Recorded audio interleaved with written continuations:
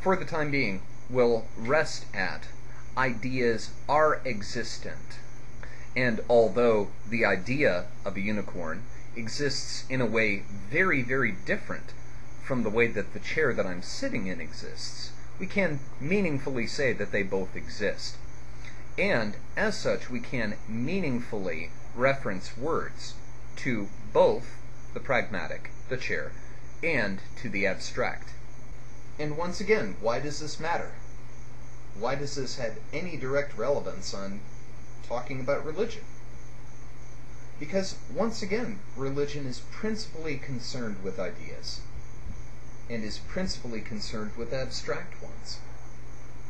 The issue here is that as religion is generally concerned with abstract ideas, the words, and in particular the methods with which we handle the words to which we reference these abstract ideas, is very important.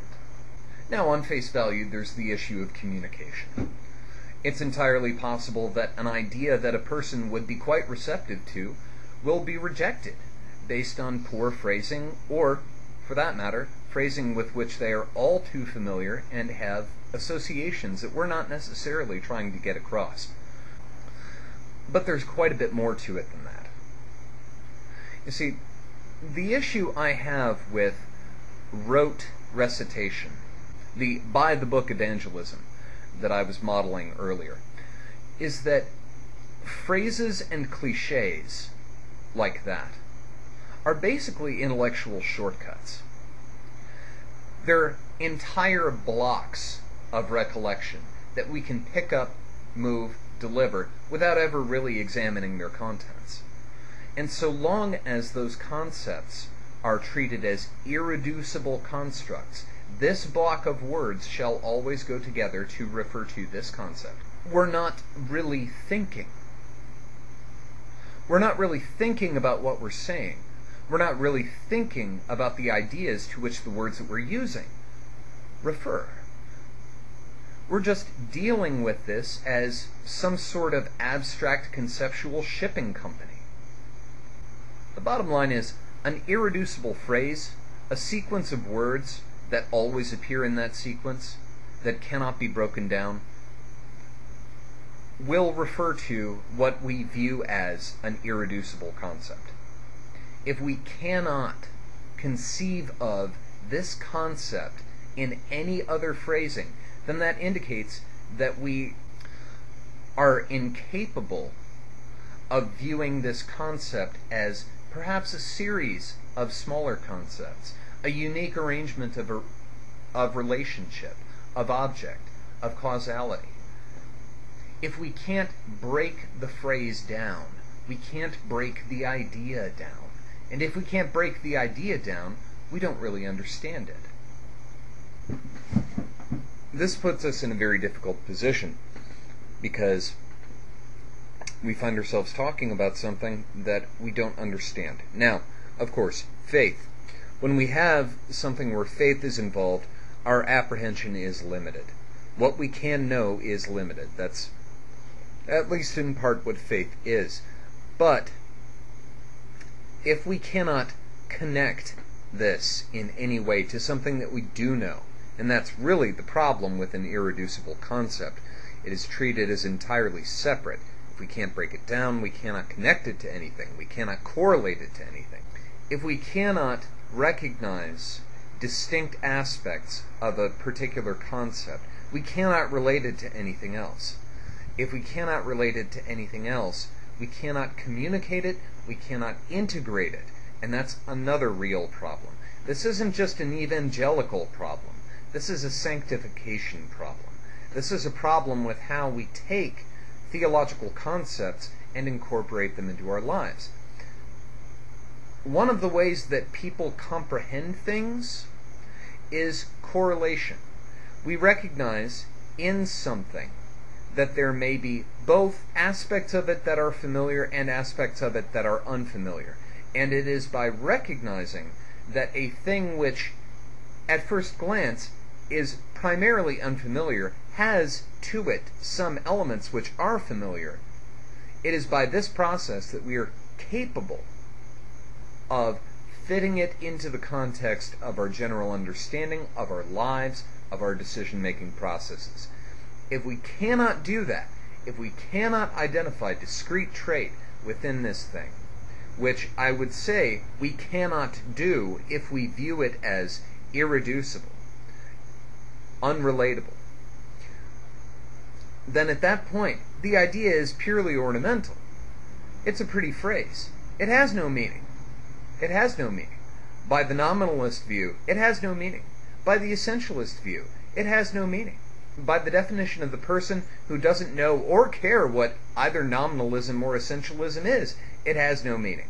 Because it is a phrase which has no direct correlation to behavior. It is a phrase which has no direct correlation to apprehension of reality. It is a phrase which imparts nothing. It imparts nothing.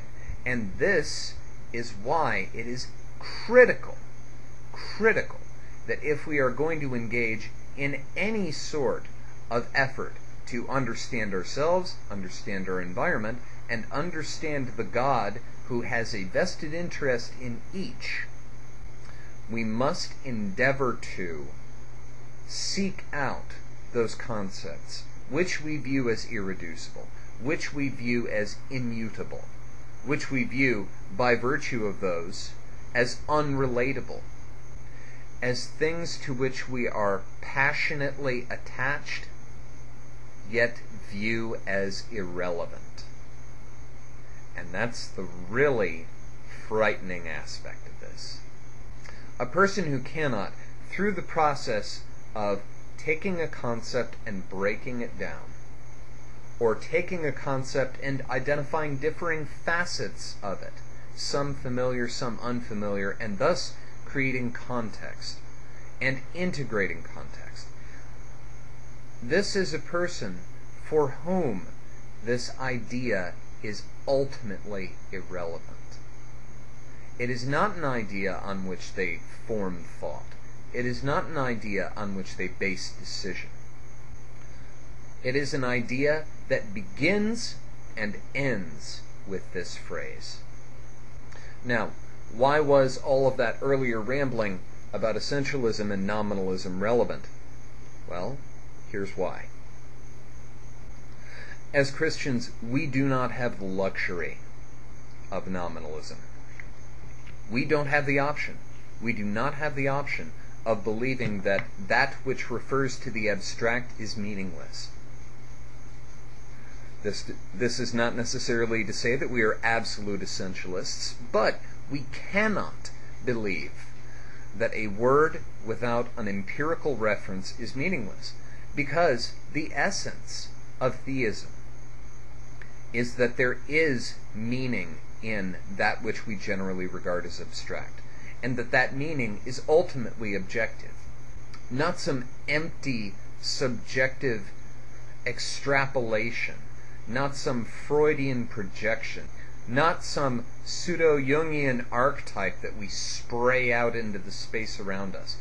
We cannot be solipsists. We're not allowed to be. You cannot be a Christian and a solipsist. You cannot be a Christian and a nominalist, because we believe that one can meaningfully refer to that which is abstract.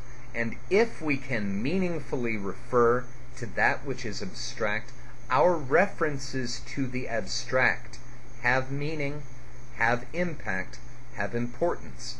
And as we believe that this abstract to which we refer is objective rather than subjective, that means that the impact that we have on it, or that the impact that we have on our conception of it, also has objective consequences. It is necessary in evangelism. It is necessary to our own understanding.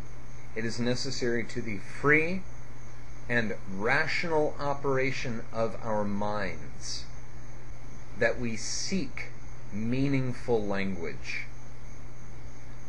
And where we have language that is devoid of meaning, we either seek to cast it out, break it down, or search for the meaning it was intended to impart. And if we find that we cannot, if we find that a particular phrase, that a particular phraseology is utterly devoid of intelligible meaning, we must discard it.